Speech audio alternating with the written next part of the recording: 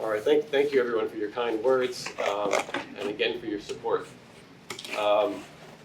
So I want to, this evening is about three things. It's about the renovations to the new study rooms and the new ADA restroom, which we're really happy about, that improves accessibility. It's about the wonderful grant that we got from the Department of Community and Economic Development. And it's about the strategic plan. So I want to take 10 minutes or so just to introduce you to this plan that we're really proud of, and I think will guide in a really informed way the next 5 years of how this library grows. So let's see. If you can go ahead to the couple more. One more. All right, we're going to start here. And actually, I'm going to dim the light so that everyone can see.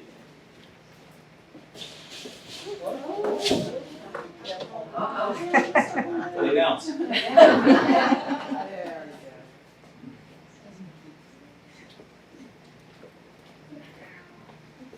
Okay, so.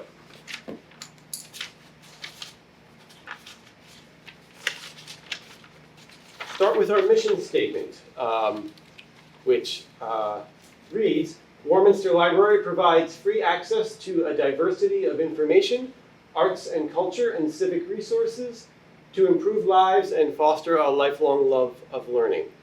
And I think the key words in this mission statement, well, first it encapsulates what we do here in a sentence, and I think it does so well.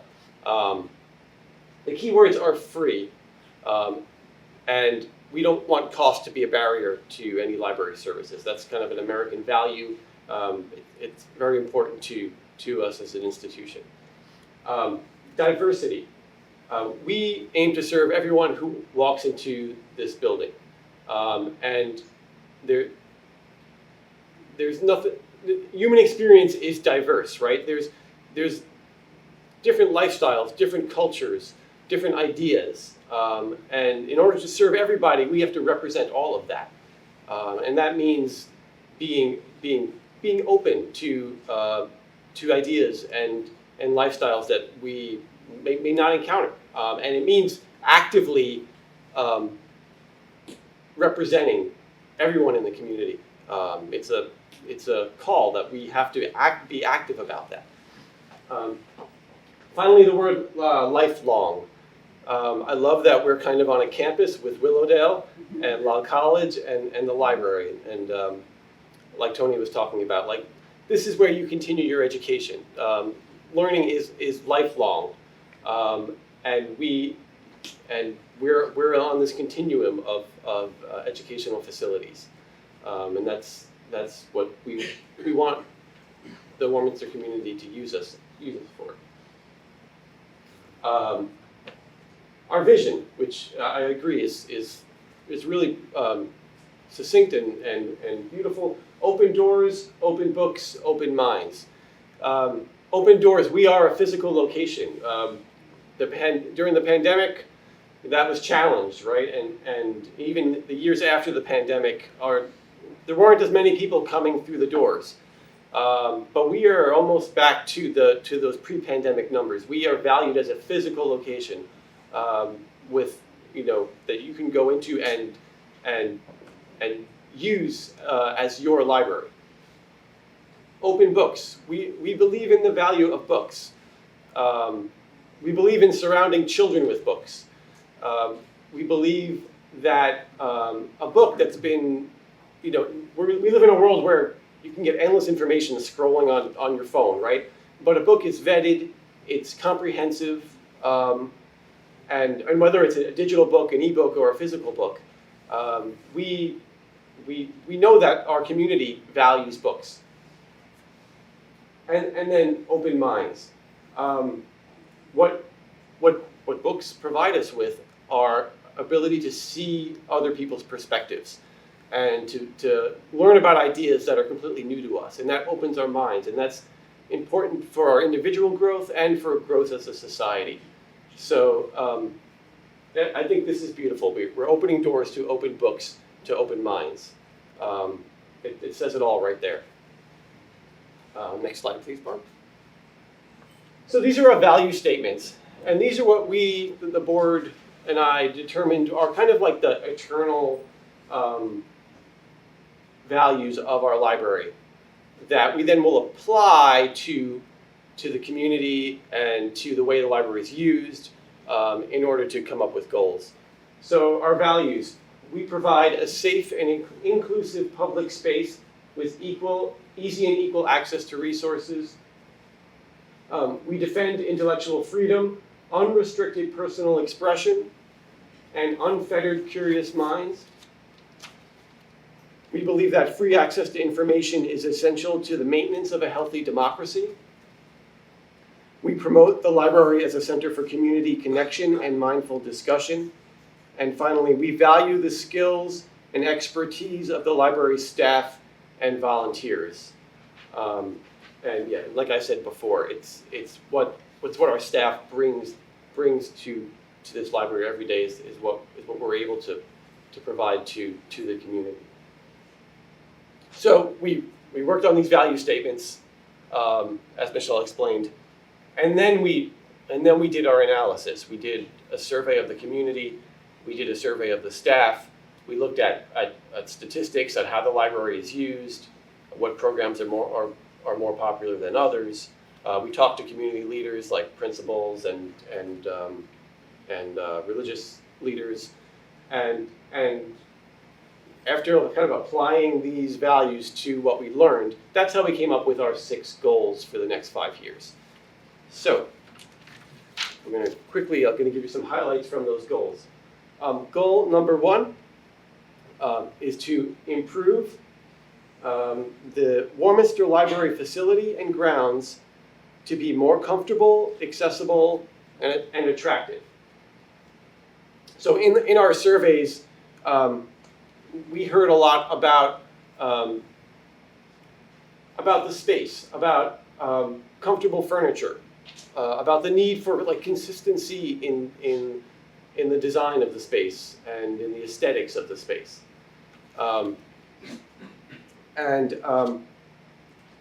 So going forward, we want to build a space that is pleasing to our senses, in a place that we can get work done. I just read an excellent book. It's called The Extended Mind by Annie M. Paul. And it's a book about how we think.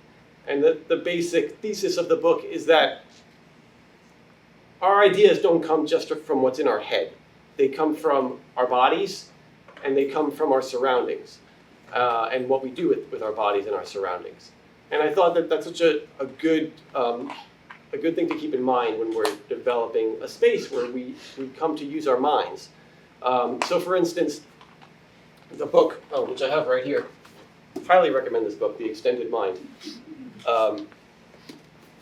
For instance, there's a study in this book about how children retain information better when they're moving their bodies.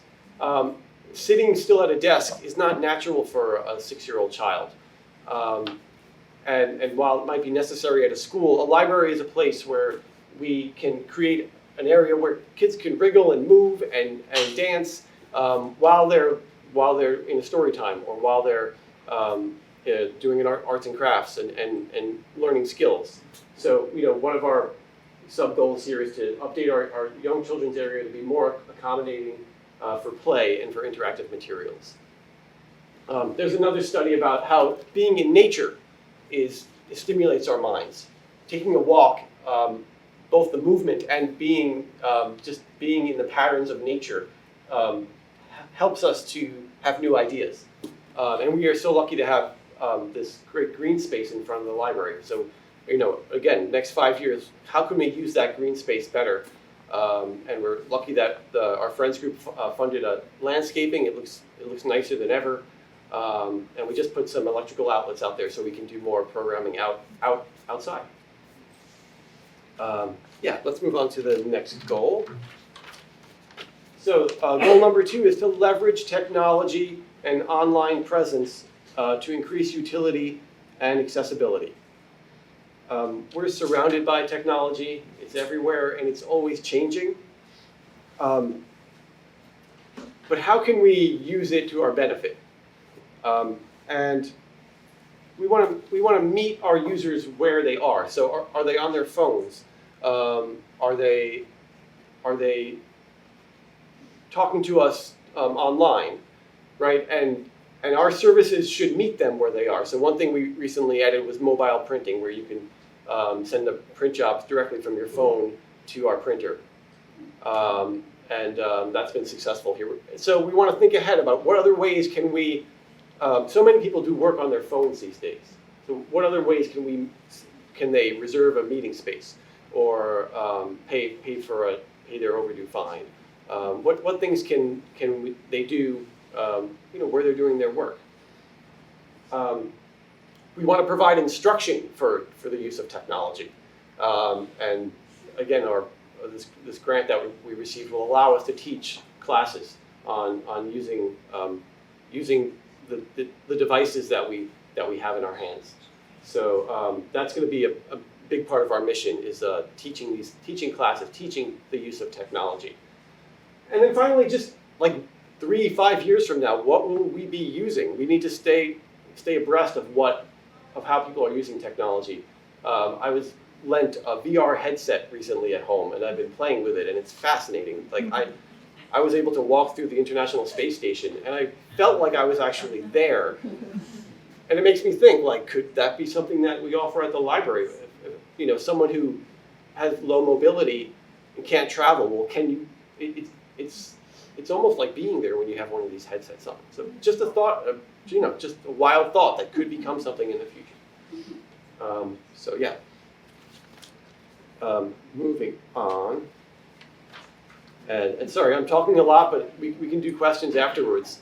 I'm gonna bundle goal 3 and goal 4. The goal 3 is to expand community partnerships, and goal 4 is to increase promotion and visibility of the Warminster Library and its resources and services. So one thing we learned from our user survey, which included non-library users. We made an active effort to get people to fill out the survey who are not our regular users. And they said, we don't know a lot about your library. You need to be more visible. And you need to be out there. I think we do a pretty good job online with email blasts and social media. I think we could do a better job with community partnerships, right? Because if you see a social media post, well, that's great, and you learn about an event. But if you're part of a community and one of your community leaders tells you about an event, well, then you're gonna value that even more.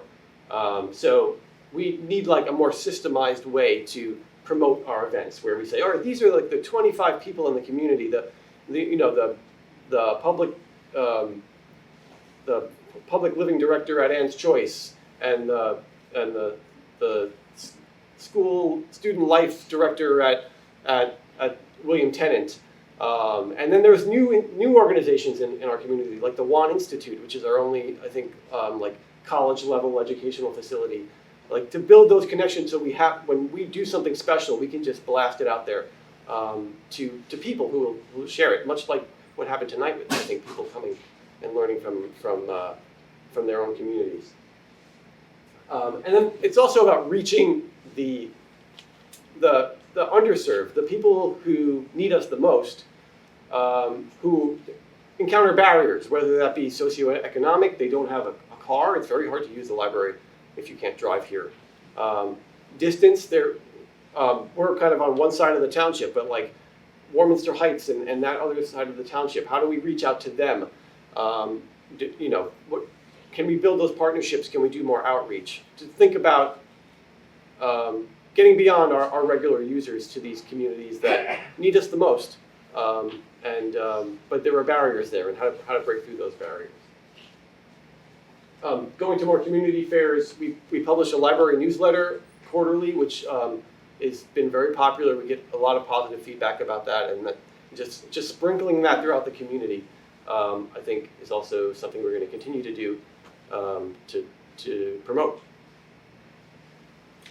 So, moving on to goal number 5, develop a reputation as a center of arts, culture, and local history in Warminster.